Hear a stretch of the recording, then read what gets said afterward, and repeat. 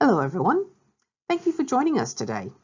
I'm Chen, a geologist with CSA Global's Perth team with a mining, resource estimation and governance background. Today a discussion on ESG. What is our role in this changing landscape where ESG considerations are becoming more significant? Are they a mining professional's biggest threat? Or do they offer new opportunities? And as a mining professional, are we facilitators or blockers? Environmental, social, and governance considerations are no longer only fluffy tree-hugger concerns. Regulators, stock exchanges, and project financiers are also becoming more interested in disclosure around these matters. Many people perceive mining as dirty, old world, and want to see it replaced by what is seen to be clean and green sustainable activities. And we've all been there with the ban mining bumper stickers, and sometimes heated debates with family or friends over Christmas lunch. The perception is the hardest thing to shift. As mining professionals, we rely on logic, statistics, facts, and figures, all the things we're really good at. So let's tackle this first, but don't forget that there are other tools which we could also learn to use from a different world from our well-ordered comfort zones. Let's start with a bit of background and some of the names. The Kyoto Protocol 1 ran from 2008 to 2012. 192 parties signed it to reduce greenhouse gas emissions with binding targets for developed nations. Australia ratified Kyoto 2 in 2015, which ended in 2020 to be replaced by the Paris Agreement. Paris was signed in 2015 by 175 parties aiming to limit global warming ideally to below 1.5 degrees centigrade. The Paris Agreement includes a 5-yearly global stocktake to assess international progress with a ratchet mechanism to increasing emission reductions. The Equator Principles have been around since the early 2000s and recently updated in July 2020. With 104 signatories in 38 countries, these cover international project finance debt within developed and emerging markets. In Australia, the ANZ Bank, Commonwealth, the NAB, Westpac have all adopted these principles and apply them to funding big projects of over $10 million worth. The Equator Principles are a risk management framework for determining, assessing, and managing environmental and social risk in projects, and they are a minimum standard for due diligence and monitoring to support risk decisions. Within Australia, greenhouse gas reporting generally follows the National Greenhouse and Energy Reporting Scheme, which was ratified in 2007. When Australia signed the Paris Agreement on climate change in April 2015, we used this framework for reporting. The objectives of the NGER scheme are to inform government policy, to inform the Australian public, to meet Australia's international reporting obligations, to assist Commonwealth, state and federal territory government programs and activities, and to avoid duplication of similar reporting requirements in the states and territories.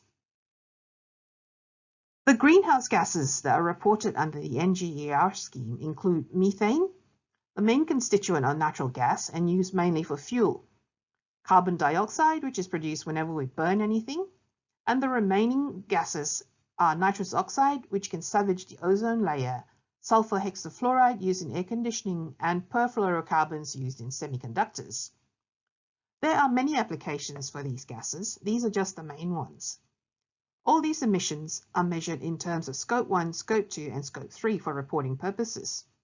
And energy production and consumption data tracks energy flows and transformations throughout the economy. This is a summary of the Scope 1, 2, and 3 emissions using a gold project as an example. I've borrowed this diagram from my colleague Sam Ulrich, who has published a paper and a series of talks on emissions and how they impact a project's economics. A gold project using grid electricity reports usage generally as Scope 2.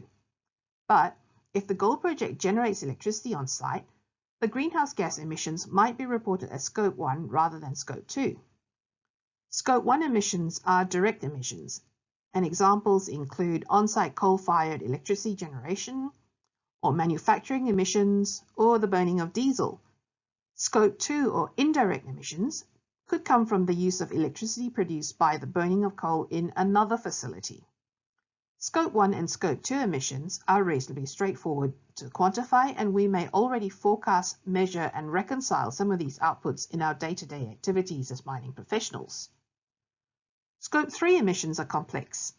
The phrase, "how long is a piece of string?" usually applies. The complex kind of string, as in string theory, black holes, and multiple possible universes. Scope 3 emissions occur because of the activities of a facility, but from sources not owned or controlled by that facility's business. And simple examples of Scope 3 emissions include the transportation of purchased fuels, the use of purchased products and services, or even airline travel on business. Scope 3 emissions are challenging to define and to report. ESG's relevance circles back to ethical project funding from banks and superannuation funds, and this is driven by shareholders and investors concerned about climate change. Lower interest rates will go towards projects that are more sustainable, with smaller environmental impacts, lower emissions, and reduced risk of environmental contamination. The disclosure regimen will eventually require mandatory disclosure about how companies are mitigating project risks in terms of greenhouse gas emissions, climate change mitigation, social impact in areas such as modern slavery, conflict minerals, corruption, or money laundering, and governance issues such as board and executive diversity or conflicts of interest. These were previously high-level strategic executive or board concerns. But with the increasing focus on ESG, we, the mining professionals, need to be more aware of what reporting is required. It is possible that the future revisions of the JORC Code may expand ESG in the economic modifying sections for ore reserves. And some of this data that we need to report greenhouse emissions already exists. The data and analysis is already being collected by enviros or ventilation engineers. Things such as groundwater volumes and composition, dust, noise, fumes, diesel particulate levels. Reporting may need to extend beyond the Mines Department and the EPA to more regulators and stakeholder groups. We already build geometallurgical models. We may also need to build geoenviro models or geosocial models, and mine plans and ore reserves that schedule this data, as well as the traditional grades, tons, recoveries, and processing. Those signing off on ore reserves know Figure 1. It includes considerations of environment, social, and governance factors. What is changing is the increased focus on these areas from international organizations like the UN, the EU, the Commonwealth, banks, superannuation funds, activist groups, and previously passive investors such as the Ontario Teachers' Pension Plan, the Church of England Pension Board, the Ethics Council of the Swedish National Pension Funds. We're good at measuring and monitoring. We're scientists and not engineers. We now need to become good at communicating and listening and engaging with our stakeholders, our regulators, and our community. If people around us and our projects understand the value that we contribute, they're more likely to invest in us and support the work that we do. This slide shows where we are, and within the greater ERM organisation, we are 5,500 specialists in 160 offices worldwide. Thank you for listening to the presentation today. Hopefully this lifts the lid slightly on ESG and how we mining professionals are involved to make our projects attractive as investments. If you'd like to discuss anything, send me an email. And if you're interested in discussing ESG issues facing your company, or to understand the implications of the further revisions around the JORC Code, pop your email address in the comments and we can continue the discussion. Thank you.